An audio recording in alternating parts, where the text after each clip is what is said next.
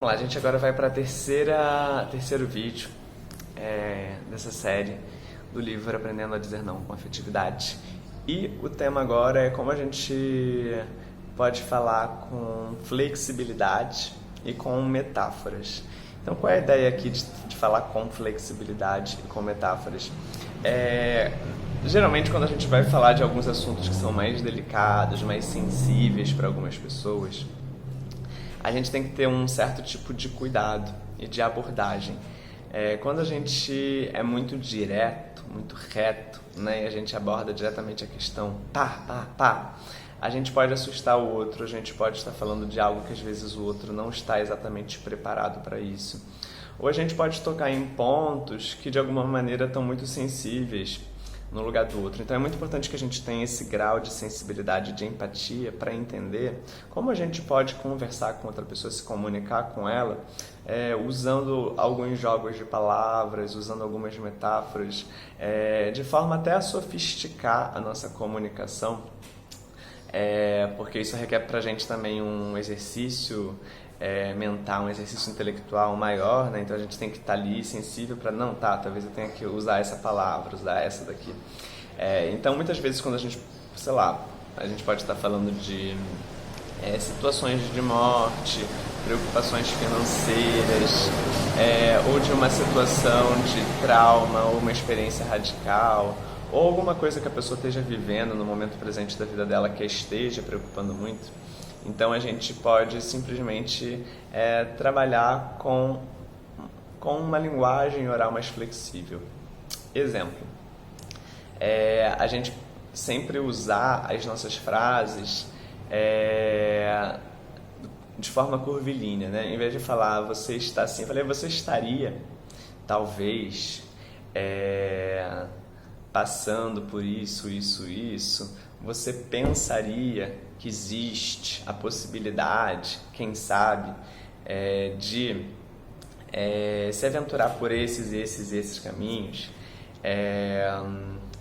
Há tantas possibilidades, né, da gente viajar por essa situação.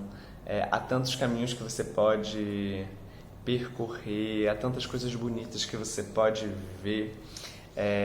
Talvez a outra pessoa com quem você esteja tendo algum tipo de conflito, talvez ela esteja vivenciando do lado dela alguns desafios. Então quando você vai trabalhando uma linguagem que seja mais sutil, mais gostosa, quando você vai usando algumas linguagens, né, algumas figuras de linguagem, quando você vai usando algumas metáforas, né, a gente não precisa dizer exatamente morte.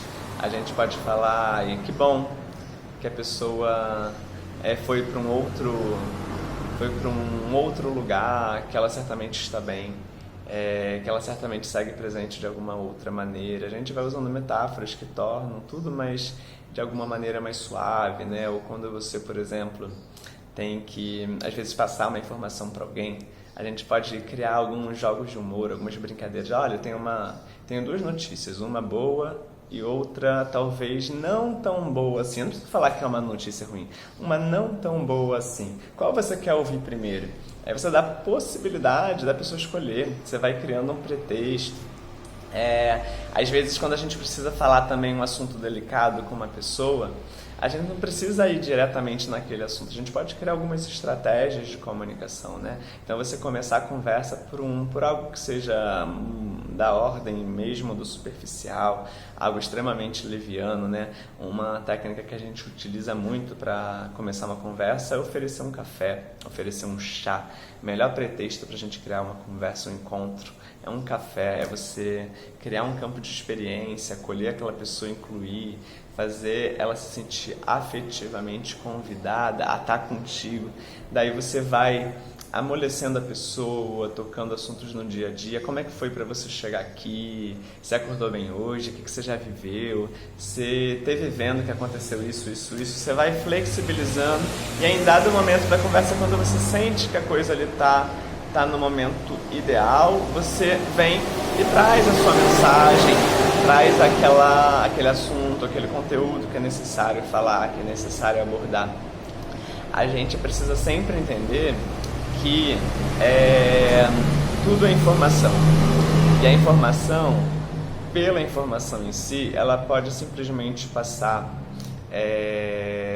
batida, ela pode passar totalmente não compreendida. A melhor forma da gente fazer o outro realmente assimilar uma informação é contextualizar essa informação.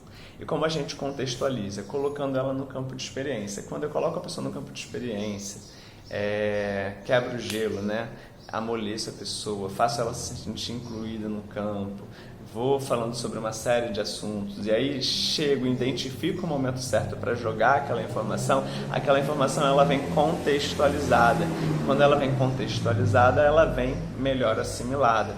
E daí é muito mais propício que você consiga jogar e consiga conversar, dialogar melhor com uma pessoa sobre aquilo do que você já vir e num caminho direto. Na vida eu sempre falo, a comunicação ela pode vir direto, só que ela vem muito reta, ela vem muito intensa, ela vem muito... ela pode mais assustar do que convidar a pessoa a realmente se relacionar com você, ou a gente pode usar sempre o caminho do curvilíneo, que é o caminho da flexibilidade, das metáforas, dos jogos de palavras, de uma conversa que está contextualizada. Então, pensem sempre nesses círculos, nesses movimentos curvos das conversas de vocês. Eu sou artista, eu gosto sempre de pensar na metáfora da vida, e a comunicação está nesse lugar do curvilíneo, nesse lugar do poético, nesse lugar onde podem aparecer as imagens e as metáforas da vida.